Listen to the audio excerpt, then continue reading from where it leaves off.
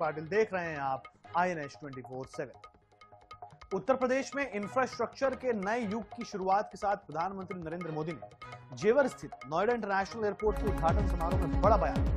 PM Modi ने Samajwadi party पर निशाना साधते हुए कहा कि पहले नोएडा को लूट का ATM बना दिया गया था, लेकिन आज वही नोएडा प्रदेश के विकास का मजबूत इंजन बनकर उभर रहा है। उन्होंने कहा कि जेवर एयरपोर्ट केंद्र और राज्य सरकार की डबल इंजन कार्य संस्कृति का उत्कृष्ट उदाहरण है, जहां मिलकर काम करने से बड़े प्रोजेक्ट समय पर और प्रभावी ढंग से पूरे हो रहे हैं।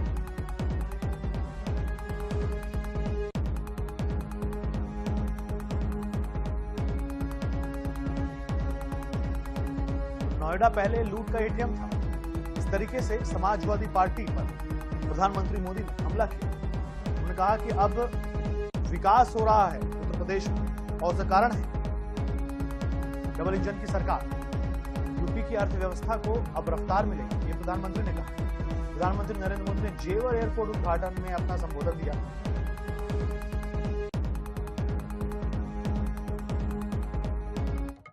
पश्चिम बंगाल में विधानसभा चुनाव से पहले राज्य में राजनीतिक हलचल काफी तेज है। इस बीच केंद्रीय गृह मंत्री अमित शाह ने मुख्यमंत्री ममता बनर्जी पर तंज कसते हुए गंभीर आरोप लगाए। उन्होंने कहा कि ममता बनर्जी ने हमेशा विक्टिम कार्ड की पॉलिटिक्स खेली। कभी उनका पैर टूट जाता है, कभी वो अपने सिर पर पट्टी बांध लेती है, कभी बीमार हो जाती है और कभी चुनाव आयोग के आगे बेचारा बनकर चुनाव आयोग को गालियां देती है। वहीं शाह ने TMC सरकार के 15 सालों के शासनकाल का एक चार्जशीट जारी किया, जिसमें उन्होंने राज्य में कानून व्यवस्था, घुसपैठ और राष्ट्रीय सुरक्षा के मुद्दों पर ममता सरकार की कड़ी आलोचना की। ममता दीदी ने हमेशा विक्टिम कार्ड का पॉलिटिक्स खेला है। कभी पैर तोड़वा लेती हैं, कभी सिर पर पट्टी बंधवा देती हैं, कभी बीमार हो जाती है और कभी चुनाव आयोग के सामने बेचारा बनकर चुनाव आयोग को गालियां निकालती। मगर ममता दीदी, मैं आपको बताने आया हूं कि आपकी ये राजनीति को, विक्टिम कार्ड की पॉलिटिक्स को बंगाल की जनता अब बहुत अच्छे तरीके से समझ गई। चुनाव आयोग जैसी संवैधानिक संस्था पर गाली गलौज करना ये बंगाल की संस्कृति को शोभा नहीं दे। युद्ध की वजह से निर्मित परिस्थितियों के बीच मुख्यमंत्री विष्णुदेव साय ने अहम बैठक की। सीएम ने डीजीपी, संभाग आयुक्तों और वरिष्ठ अफसरों के साथ पेट्रोलियम कंपनियों के प्रतिनिधियों से भी चर्चा की। इस दौरान सीएम जहां कालाबाजारी रोकने पर सख्त नजर आए, वहीं पेट्रोलियम पदार्थों की आपूर्ति निरंतर बनाए रखने के लिए अहम निर्देश दिए। बैठक में क्या खास रहा, क्यों गरमाई इस पर सियासत, रिपोर्ट में देखिए। सीएम साय ने की पेट्रोलियम पदार्थों की आपूर्ति की समीक्षा। पेट्रोल, डीजल और LPG की पर्याप्त उपलब्धता सुनिश्चित करने पर जोर। सभी कलेक्टर से मुख्यमंत्री ने जिलों की स्थिति के संबंध में जानकारी ली। पेट्रोलियम पदार्थों विशेषकर LPG की कालाबाजारी पर सख्त कार्रवाई के निर्देश। अफवाहों और पैनिक स्थिति को रोकने सीएम ने दिए निर्देश। दूरस्थ जिलों में पेट्रोल, डीजल की समयबद्ध उपलब्धता के लिए कंपनियों को निर्देश। प्रधानमंत्री नरेंद्र मोदी ने सभी राज्यों के मुख्यमंत्रियों की बैठक लेकर आवश्यक दिशा निर्देश दिए। टीम इंडिया की तरह एकजुटता से परिस्थितियों का सामना करने की अपील की। इसके बाद सीएम विष्णुदेव साय ने भी राज्य के वरिष्ठ अधिकारियों और कलेक्टर्स के साथ बैठक कर आवश्यक दिशा निर्देश दिए। इससे स्पष्ट है कि देश और प्रदेश हर परिस्थिति के लिए तैयार है। इस बीच बैठक को लेकर सियासत भी शुरू हो गई है। PCC चीफ दीपक बैज ने पूछा कि अगर सब कुछ सामान्य है तो बैठक की जरूरत क्यों है। ये जो इंडियन ऑयल के हैं, LPG गैस के जो अधिकारी हैं, उनसे सारी जानकारी लिए हैं, तो कोई किसी तरह की मतलब शॉर्टेज नहीं है। और खाली एक अफवाह से बचने की आवश्यकता है और मॉनिटरिंग की आवश्यकता है। अब ये तो बड़ा झूठ बोल रहे थे अभी तक का 1 महीने से, प्रधानमंत्री से लेके मुख्यमंत्री कि पेट्रोल, डीजल, गैस की कोई कमी नहीं है। एक तरफ आपने गैस का रेट बढ़ा दिया, लगातार जनता से झूठ बोलते रहे, स्टॉक पर्याप्त मात्रा में, कोई कमी नहीं है। अब प्रधानमंत्री मुख्यमंत्रियों का बैठक लेकर पूछ रहे हैं, मुख्यमंत्री कलेक्टरों से अब चर्चा कर रहे हैं कि जिले में गैस की क्या स्थिति है। मतलब साफ साफ 1 महीने से ये सरकार ने आम जनता को झूठ बोलती रही और उसका नतीजा ये है, सच्चाई ये है कि गैस की किल्लत 1 महीने से प्रदेश और पूरी देश में है। मिडिल ईस्ट में युद्ध के हालातों ने हर किसी की चिंता बढ़ा दी है। खास तौर पर पेट्रोलियम पदार्थों की कमी से ज्यादा लोगों का पैनिक होना मुसीबत बढ़ा रहा है। ऐसे में सरकार का पेट्रोल, डीजल और एलपीजी की पर्याप्त उपलब्धता सुनिश्चित करने पर तो फोकस है ही, अफवाहों को रोकने की दिशा में भी सरकार ध्यान दे रही है। साथ ही सीएम प्रदेश की जनता से भी सहयोग और सावधानी की अपील करते नजर आ रहे हैं। Gaurav Sharma, INH 24/7, Raipur. Petrol diesel की कीमतों को लेकर केंद्र सरकार के फैसले पर मध्य प्रदेश के मुख्यमंत्री डॉक्टर मोहन यादव का बड़ा बयान सामने आया है। सीएम मोहन यादव ने प्रधानमंत्री नरेंद्र मोदी के एक्साइज ड्यूटी में कमी के फैसले का स्वागत करते हुए इसे दूरदर्शी और जनहितकारी बताया। उन्होंने कहा कि खाड़ी देशों में जारी तनाव और वैश्विक स्तर पर बढ़ती कीमतों के बीच यह फैसला आम जनता को बड़ी राहत देगा। साथ ही इससे पेट्रोल डीजल की कीमतें नियंत्रित रहेंगी और बाजार में ईंधन की उपलब्धता भी बनी रहेगी। सीएम ने कहा कि इस फैसले से जहां आम लोगों पर आर्थिक बोझ कम हो, वहीं तेल कंपनियों की सप्लाई चेन भी मजबूत होगी और इसके लिए उन्होंने प्रधानमंत्री नरेंद्र मोदी का आभार व्यक्त किया।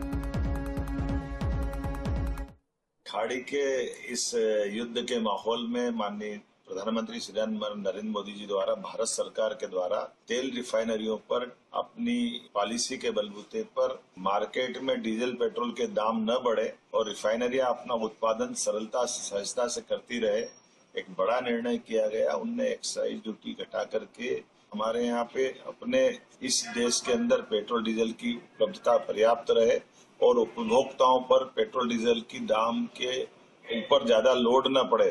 ऐसे माहौल में जब वैश्विक स्तर पर डीजल पेट्रोल के दाम बढ़ रहे हैं, ऐसे में भारत के उपभोक्ताओं का ये हित संरक्षण करने के लिए तेल कंपनियों को व्यापार व्यवसाय की भी उपलब्धता रहे। छत्तीसगढ़ समेत पूरा देश 31 मार्च 2026 को नक्सल मुक्त होने जा रहा है। छत्तीसगढ़, मध्य प्रदेश, महाराष्ट्र, तेलंगाना, आंध्र प्रदेश, झारखंड, ओडिशा समेत कई राज्यों के लिए ये बड़ी उपलब्धि होगी। अब इसकी गूंज संसद में सुनाई देगी। गृह मंत्री अमित शाह लोकसभा में भारत के नक्सल मुक्त होने को लेकर विस्तृत जानकारी देंगे। रणनीतिक और सियासी तौर पर क्या है इसके मायने, क्या कहते हैं इसे लेकर जिम्मेदार, रिपोर्ट में देखिए। भारत की संसद में 30 मार्च को नक्सल मुक्त भारत पर चर्चा होगी। लोकसभा में नियम 193 के तहत चर्चा की जाएगी। चर्चा की शुरुआत शिवसेना सांसद श्रीकांत शिंदे करेंगे।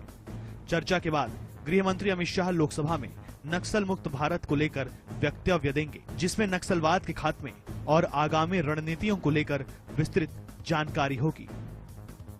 30 मार्च को लोकसभा में नियम 193 के तहत चर्चा होगी। सदन में होगी नक्सल मुक्त भारत पर चर्चा। लोकसभा में सुनाई जाएगी नक्सलवाद पर नकेल की दास्तान। 2 सालों में सिर्फ छत्तीसगढ़ में 3000 से ज्यादा नक्सलियों ने की मुख्यधारा में वापसी। 525 दुर्दांत नक्सलियों को सुरक्षा बलों ने किया न्यूट्रलाइज। 2000 से ज्यादा गिरफ्तार। छत्तीसगढ़ का 97% हिस्सा नक्सल आतंक से बीते 2.5 सालों में मुक्त हुआ। तेलंगाना, झारखंड, ओडिशा और महाराष्ट्र में भी हार्डकोर नक्सलियों का पुनर्वास हुआ। नक्सलियों के सबसे बड़े नेता बसवराजू और हिडमा भी इनकाउंटर में मार गिराए गए। संसद में नक्सलवाद के खात्मे पर होगी विस्तृत चर्चा। छत्तीसगढ़ के सांसद भी लेंगे हिस्सा। छत्तीसगढ़ बीते 5 दशकों से नक्सल आतंक से जूझता रहा। नक्सलवाद का खात्मा प्रदेश ही नहीं, देश के लिए भी ऐतिहासिक क्षण है। यही वजह है कि अब इस विषय पर संसद में चर्चा तो होगी ही। लोकसभा से ही गृह मंत्री अमित शाह देश के नक्सल मुक्त होने का ऐलान भी करेंगे। एक बार फिर कांग्रेस जहां इसे लेकर सवाल उठा रही है, तंज कस रही है, पीसीसी चीफ दीपक बैज 31 मार्च के बाद की स्थिति पर प्रश्न पूछ रहे हैं। वहीं मुख्यमंत्री विष्णुदेव साय इस क्षण को ऐतिहासिक बता रहे हैं। उनका कहना है कि डबल इंजन सरकार ने दृढ़ इच्छा शक्ति से संकल्प को पूरा किया है। अब बस्तर में विकास पहुंचेगा। अब तो सरकार ने 31 मार्च का डेडलाइन दिया है। 31 मार्च पूरा होने में 2 दिन और बाकी है। 2 दिन के बाद सरकार फिर कोई नया बहाना ना बना ले। लेकिन 31 मार्च के बाद फिर मेरा सवाल है, 31 मार्च के बाद फिर कोई निर्दोष आदिवासियों के ऊपर एफआईआर तो नहीं होगी नक्सलियों के नाम पर, निर्दोष आदिवासियों को नक्सली नाम पर जेल तो नहीं भेजेगी सरकार। सौभाग्य है कि डबल इंजन की सरकार और माननीय हमारे प्रधानमंत्री श्री नरेंद्र मोदी जी और गृह मंत्री जी दोनों की दृढ़ इच्छा शक्ति के कारण और हमारे जवानों के अदम्य साहस के कारण जो माननीय गृह मंत्री जी का संकल्प था 31 मार्च 2026 तक पूरे देश से नक्सलवाद को समाप्त करना, बिल्कुल उनका संकल्प पूरा हो रहा है। और जो हमारा बस्तर का क्षेत्र जो केरल प्रदेश से बड़ा है एरिया वाइज, जहां 40 साल से भी ज्यादा समय तक विकास पहुंचा नहीं था, उस क्षेत्र के लोगों में भी अब विकास पहुंचेगा। वहां भी सड़कें, बिजली, पानी सब लोगों को मुहैया होगा। छत्तीसगढ़ ने बीते 5 दशकों में नक्सलवाद की वजह से खूब दर्द झेला। बस्तर समेत कई जिले विस्फोट और गोलाबारी से कई बार रक्त रंजित हुए। नक्सल आतंक का खात्मा प्रदेश के लिए सुकून देने वाला क्षण है। यह माना जाना चाहिए कि देश की संसद से नक्सल मुक्त भारत की गूंज सुनाई देगी। 31 मार्च के बाद बस्तर के लिए नक्सलवाद इतिहास होगा। बस्तर अपने विकास की नई इबारत लिखता नजर आएगा। गौरव शर्मा, रायपुर। विशाखापट्टनम से दिल्ली आ रही इंडिगो की एक फ्लाइट की इंदिरा गांधी इंटरनेशनल एयरपोर्ट पर शनिवार सुबह इमरजेंसी लैंडिंग कराई गई। दमकल विभाग को सुबह 10:53 पर आपातकालीन कॉल मिली। इसके बाद तुरंत फायर ब्रिगेड और एम्बुलेंस को तैनात किया। करीब 11 बजे विमान को सुरक्षित उतार लिया गया। अधिकारियों के अनुसार बोइंग 737 विमान में 161 यात्री सवार थे और सभी सुरक्षित थे। शुरुआती जानकारी में इंजन में तकनीकी खराबी की आशंका जताई गई। रनवे 28 पर फुल इमरजेंसी घोषित कर चारों ओर सुरक्षा व्यवस्था कड़ी की गई। लैंडिंग के बाद सभी यात्रियों को सुरक्षित बाहर निकाल लिया गया। एयरलाइन की ओर से आधिकारिक बयान जारी नहीं किया गया।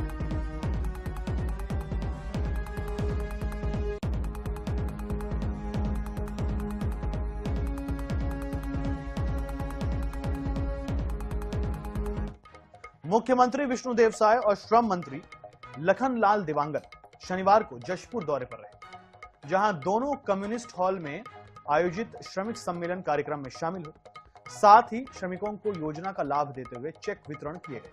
वहीं सीएम साय सामूहिक कन्या विवाह कार्यक्रम में शामिल हुए, जहां 240 जोड़ों को आशीर्वाद दिया गया। इन 240 जोड़ों को 35-35 हजार रुपए के चेक भी दिए गए।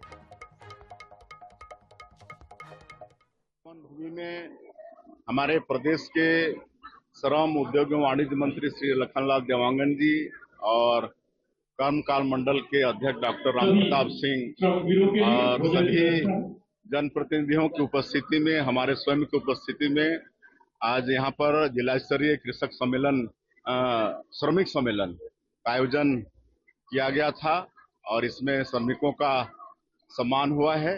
सरकार श्रमिकों के हित में 70 से भी ज्यादा योजनाएं चलाती है। उनके यहाँ बच्चा के जन्म लेने से लेकर पढ़ाई लिखाई, मकान, हर चीज में सरकार उनकी चिंता करती है। मेरा नाम विनय कुमार सिंह है। मैं ग्राम डूमर टोली से हूँ और मैं माननीय मुख्यमंत्री कन्या विवाह में शामिल हुआ हूँ और मैं मुख्यमंत्री जी को धन्यवाद देना चाहूँगा कि इस कार्यक्रम से हमारा शादी हो जा रहा है। इसके लिए क्या 34,000 का चेक मिला है जी। सामान लड़का लड़की दोनों का पूरा सामान और माननीय मुख्यमंत्री जी के नेतृत्व में और यहाँ पर 240 जोड़ों का मुख्यमंत्री कन्या सामूहिक विवाह के अंतर्गत विवाह संपन्न हुआ है। विवाह वैदिक रीति रिवाजों के साथ संपन्न कराया गया। इसमें सभी जोड़ों को 35,000 रुपए की राशि प्रदान की गई है। इसके साथ साथ 7,000 रुपए के जो सामग्री थी वह वर वधुओं को प्रदान की गई है और बाकी आयोजन व्यवस्था पर व्यय किया गया है। जिले भर के 14 परियोजनाओं के कुल 240 जोड़े यहाँ पर लाभान्वित हुए हैं। MS धोनी IPL 2026 के शुरुआती 2 हफ्ते बाहर रह सकते हैं। चेन्नई सुपर किंग्स के पूर्व कप्तान इस समय मांसपेशियों में खिंचाव के कारण रिहैब से गुजर रहे हैं। CSK की ओर से एक सोशल मीडिया पोस्ट में बताया कि उन्हें काफ स्ट्रेन यानी कि पिंडली में खिंचाव है।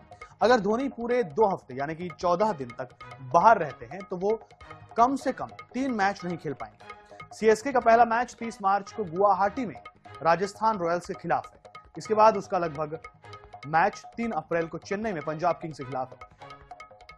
टीम अपना तीसरा मैच 5 अप्रैल को defending champion royal Challengers Bengaluru के खिलाफ उसके ही घर में खेलेगी, जिसका हर किसी को बेसब्री से इंतजार है। धोनी इन तीनों ही मैच से बाहर रह सकते हैं। उनकी वापसी 11 अप्रैल को दिल्ली कैपिटल्स के खिलाफ मुकाबले में हो सकती है।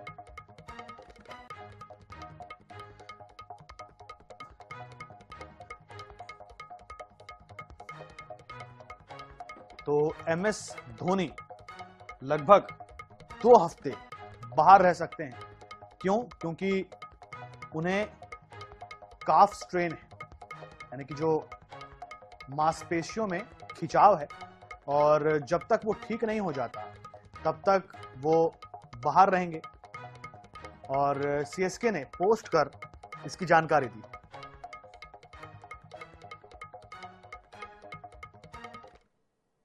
और बुलेटिन में फिलहाल इतना ही। देश और दुनिया से जुड़े रहने के लिए देखते रहिए INH 24/7। मुझे दीजिए इजाजत। नमस्कार।